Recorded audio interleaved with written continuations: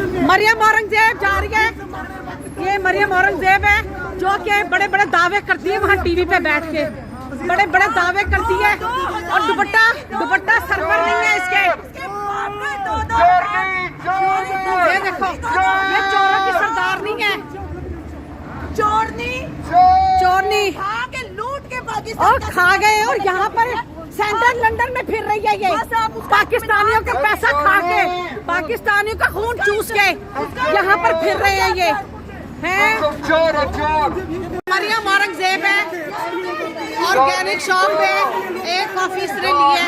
ये देखें, ये इसके ये बगैरत जब बंदा होता है ना उसे कोई शर्म नहीं आती, वो चाहे डूब के मर जाए। बगैरत लोग बगैरत ही होते हैं।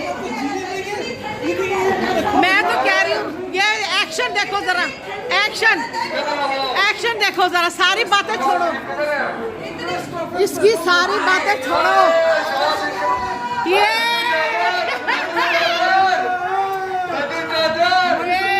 ये पाकिस्तानियों लिसन, ये वहां पर 2000 रुपए दे रही थी हैं। और मेरी बात सुनो, वहां पर ये कहती है 10,000 पे 2000 देगी। यहाँ पर तो ये शोर पाकिस्तानियों का पैसा, मुसलमानों का, ये जनाब जी उन लोगों का, ये बेशर्मी।